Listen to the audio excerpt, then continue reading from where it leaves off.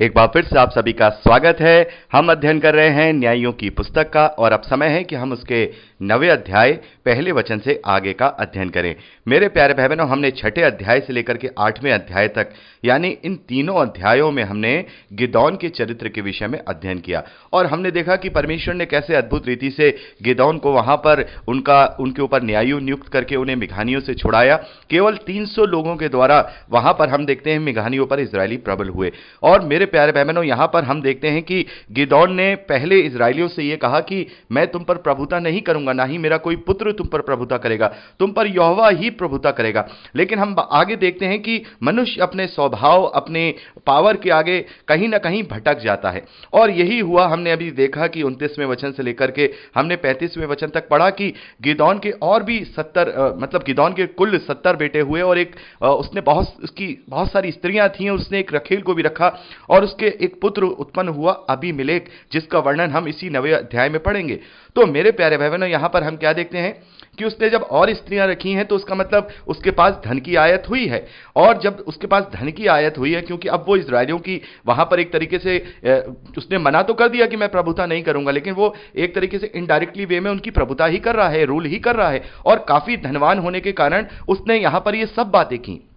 और कुछ ऐसा ही चरित्र अभी हम आगे राजा दाऊद के बेटे सुलेमान के विषय में भी देखेंगे। परमेश्वर ने उसे सब कुछ दिया। इस धरती पर जितने राजा हुए हैं उन सब में सबसे ज्यादा वैभवशाली, सबसे ज्यादा बुद्धिमान, सबसे ज्यादा धनवान सुलेमान राजा हुआ। और सुलेमान राजा भी अपने अंत में, अपने उम्र के पड़ाव के अंत में भटक गया। वो भी हम देखते हैं, वो भी अपनी पावर के आगे भटक गया। राजा दाऊद के विषय में देखते हैं, जब राजा दाऊद को परमेश्वर ने चुना और उसे केवल उसको इतनी ताकत दी कि केवल 5 पत्थर से ही उसने गोलियत जैसे एक बड़े विशालकाय व्यक्ति को मार गिराया और उसे इस्राएल का राजा नियुक्त किया और उसे आशीष दी कि तेरा वंश सदा राज करता रहेगा। वो दाऊद भी क्या करता है? वो दाऊद भी पाप करता है।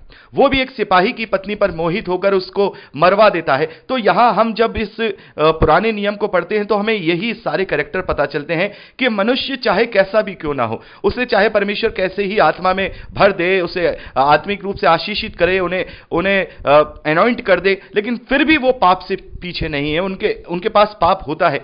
और ये सारी बातें पढ़ के हमें पता लगता है, जैसे पौलुस कहते हैं कि कोई भी धर्मी नहीं, एक भी धर्मी नहीं, कोई भी ऐसा नहीं है जिसने पाप ना किया हो। थोड़े समय के लिए तो वो परमेश्वर के साथ रहता है, लेकिन कहीं ना कहीं वो चूक जाता है अपनी सांसारिक अभिलाषाओं में, अपनी आंखों की अभिलाषाओं में, अपने पावर की अभिलाषाओं में, अपनी सत्ता की अभिलाषाओं में, अपने जीविका के घमंड में कहीं ना कहीं वो आकर के पाप की प्रवृत्ति में आकर पड़ जाता है और वो शैतान का आहेर हो जाता है। ये सारे कैरेक्टर मेरे प्यारे भाई बहनों, अब तक हमने आदम से लेकर के जितने कैरेक्टर पढ़े हैं उन सभी ने परमेश्वर के विरोध में कार्य किया है। हमने मूसा के विषय में पढ़ा, हमने हारून के विषय में पढ़ा कि उन दोनों ने भी परमेश्वर के विरोध में कार्य किया और परमेश्वर ने उन्हें उस प्रतिज्ञा के देश में एंट्री करने नहीं दी।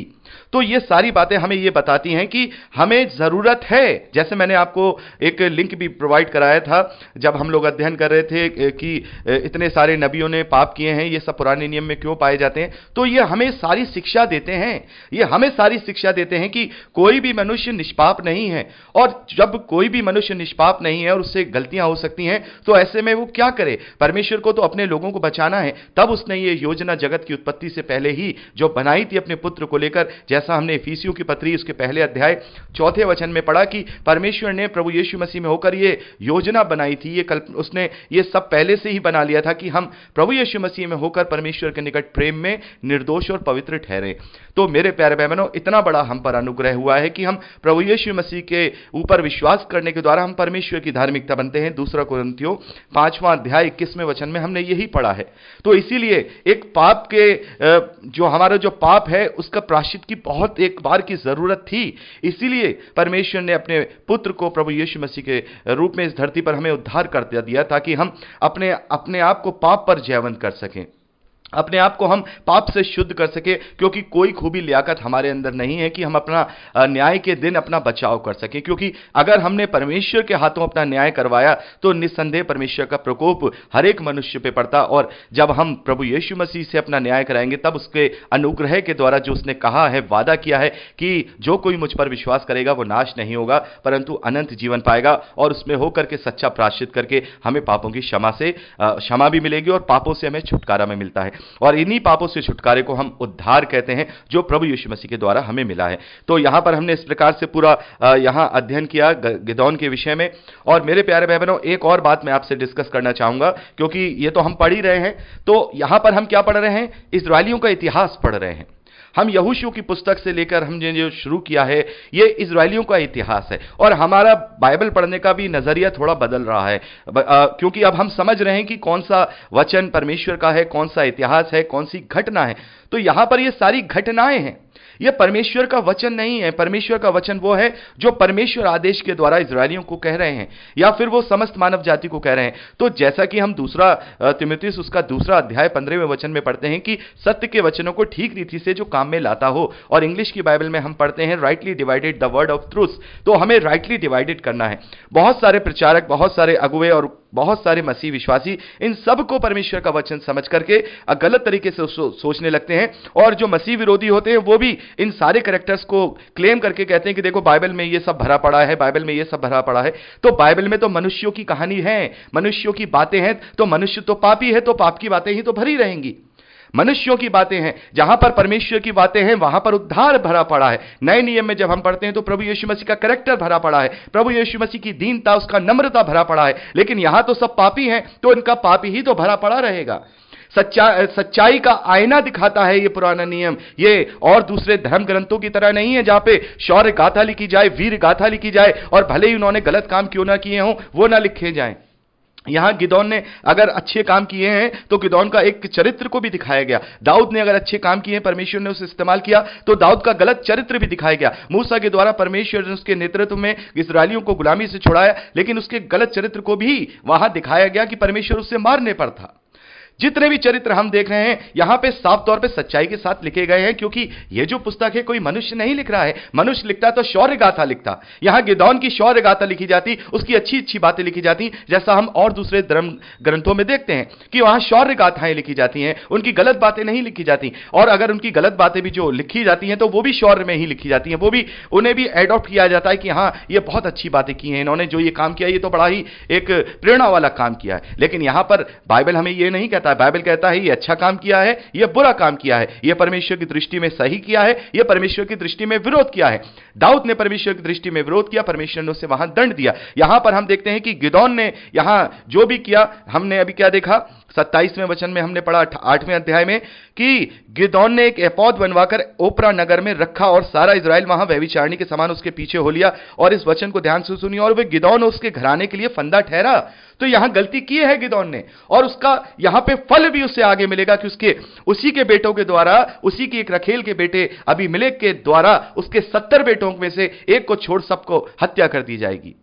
और बाद में अबीमेलेक का भी सर्वनाश हो जाएगा, तो उसके पूरे वंश का सर्वनाश हो जाएगा। तो मेरे प्यारे भाई बहनों, हम ये देखते हैं कि परमेश्वर की बातें जब हम पढ़ते हैं तो हमें समझ में आता है कि परमेश्वर सच्चा न्यायी है, और वो सच्चे न्याय से, सच्चे तरीके से न्याय करता है। और इसीलिए उसने ये तरीका निकाला, समस्त मानव जाति इस बात को समझे।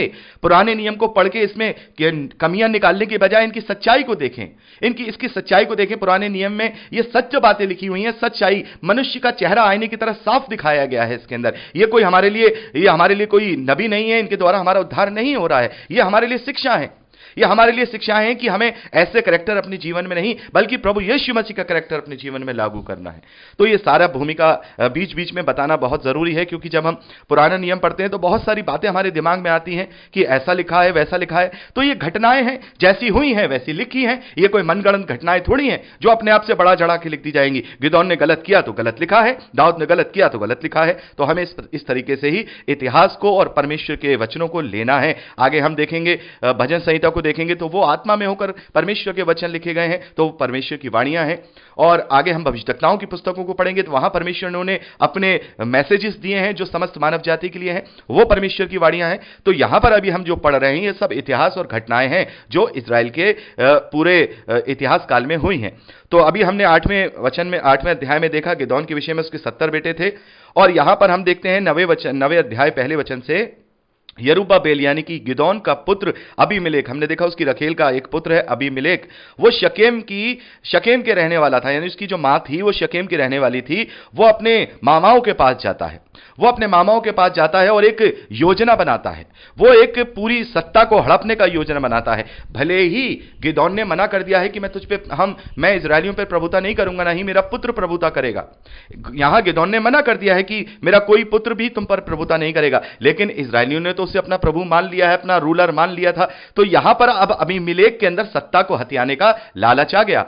अबीमेलेक जो कि यहां पर हम जिसके विषय में अभी पढ़ेंगे, ये एक तरीके से न्यायी तो हम कहेंगे, लेकिन ये न्यायी परमेश्वर के द्वारा चुना गया नहीं है, और इसीलिए हम देखते हैं इसका बहुत ही बुरा हाल होता है। और इसके जो सत्ता काल में, जो केवल 3 साल का सत्ता काल था, उसमें इजरायली हमेशा परेशान रहे, वो एरिया हमेशा परेशान रहा और दुख में रहा। तो यहां हम देखते हैं ये जो अबीमेलेक क्या करेगा, अबीमेलेक अपने मामाओं के पास जाकर शेकेम, यानी जो शेकेम का एरिया है, शेकेम का नगर है, वहां जाकर के वो ये प्लानिंग करेगा कि जितने भी जो गिदोन के 70 पुत्र हैं उन्हें मार डाले और उन्हें मार करके खुद जो है सत्ता पे काबिज हो जाए। तो यहां पर ये जो हम इसे न्यायी तो नहीं कहेंगे, क्योंकि इसका जो चरित्र है वो न्यायियों वाला तो नहीं है, लेकिन हां क्योंकि इजरायलियों ने उसे न्यायी माना है गिदोन के बाद उसके पुत्र और पोतों को के लिए, तो ये इजरायलियों के लिए भी सबक था कि अपनी मर्जी से अगर तुम किसी को अपना प्रभुता करने के लिए चुनोगे तो वो तुम्हारा यही हश्र करेगा। परमेश्वर जिसे चुनता है वो तुम्हारे लिए छुटकारा देता है, लेकिन मनुष्य जिसे अपने लिए चुनता है वो उसके लिए हमेशा दुख का ही कारण होता है। और यही अबीमेलेक के चरित्र को पढ़ के हम देखते हैं। तो मेरे प्यारे भाई बहनों, मैं आशा करता हूं कि आपने 9वें अध्याय को भी पढ़ लिया होगा। अगर नहीं पढ़ा हो तो मेरे प्यारे भाई बहनों आप इसे जरूर पढ़ लीजिएगा। यहां पर मैं ओवरऑल तरीके से अबीमेलेक के चरित्र के विषय में बता रहा हूं, और कुछ प्रमुख बातें हैं जो हमें समझ में नहीं आती हैं पढ़ते समय, वो भी मैं आपके साथ डिस्कस करूंगा।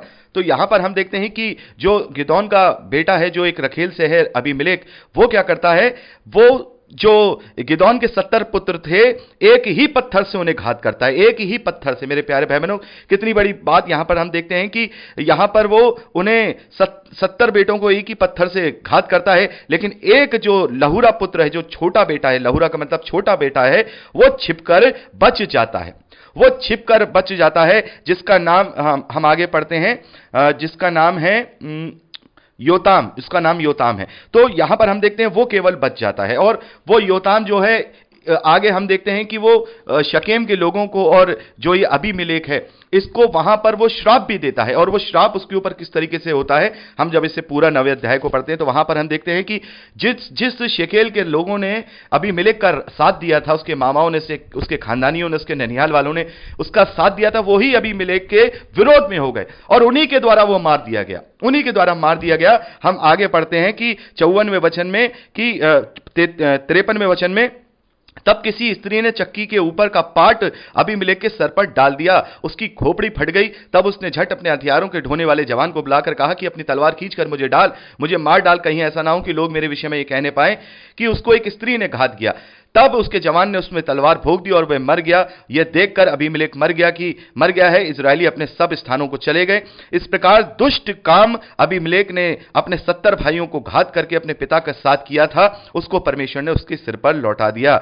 और शकेम के पुरुषों के भी सब दुष्ट काम परमेश्वर ने उनके सिरों पर लौटा दिए, और गिदोन के पुत्र योताम का शाप उन पर घट गया।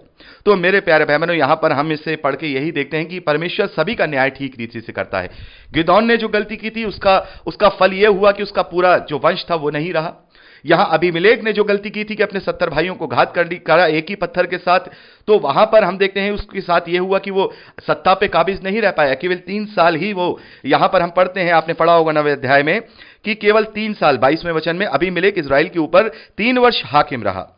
3 वर्ष तक ही वो केवल उनके ऊपर हाकिम रहा। और उसके बाद आपने सारा पढ़ा होगा कि वहां एक वचन हम यहां देखते हैं, उसको पढ़ करके कुछ गलतफहमी हो जाती है। यहां लिखा है कि तब परमेश्वर ने अबीमेलेक और शकेम के मनुष्यों के बीच में एक बुरी आत्मा भेज दिया था, शकेम के मनुष्य अबीमेलेक से विश्वासघात करने लगे। तो यहां पर कुछ लोगों को लगता है कि परमेश्वर के पास बुरी आत्माएं भी हैं। जैसा कि मैं आपको पहले भी बात कर चुका हूं, पहले भी बता चुका हूं कि परमेश्वर के पास कोई बुरी आत्माएं नहीं है। बुरी आत्माएं का मतलब यह नहीं है कि परमेश्वर के पास कोई बुरी आत्मा है, बल्कि परमेश्वर परमेश्वर के पास यह अधिकार है कि वो किसी को भी कहीं भी किसी भी तरीके से डाइवर्ट कर सकता है।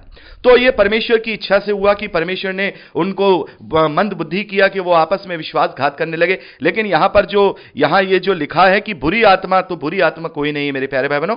यहां पर बुराई की ओर अग्रसर उन लोगों को आपस में मंद बुद्धि करने वाला आत्मा या सामर्थ है, उसको यहां पर ये लिखा गया है। तो इस तरीके से आप गलत बात मत लीजिएगा कि कोई परमेश्वर के पास बुरी आत्माएं भी होती हैं। तो इस प्रकार से हम पूरा यहां अबीमेलेक का जो चरित्र है वो 9वें अध्याय में पढ़ते हैं, और आप इस प्रकार से पढ़ लीजिएगा। और इस 9वें अध्याय में जो प्रमुख और इंपॉर्टेंट बात है वो हम 7वें वचन से लेकर 20वें वचन तक पढ़ते हैं, जो कि गिदोन का सबसे छोटा बेटा योताम है, उसका जो श्राप है वो शेकेम के लोगों और अबीमेलेक को जो दिया है, उसका बहुत बड़ा एक हम मतलब निकालते हैं, उससे बहुत बड़ी एक शिक्षा हमें वहां मिलती है। और बहुत सारे भाई बहन इसको समझ नहीं पाते हैं, तो मैं चाहूंगा इसे मैं विस्तार पूर्वक आपसे यहां पर इसके विषय में वर्णन करूं। तो 7वें वचन से लेकर 20वें वचन तक का अध्ययन अगले रिकॉर्डिंग में करेंगे। प्रभु आपको आशीष दे। Praise the Lord.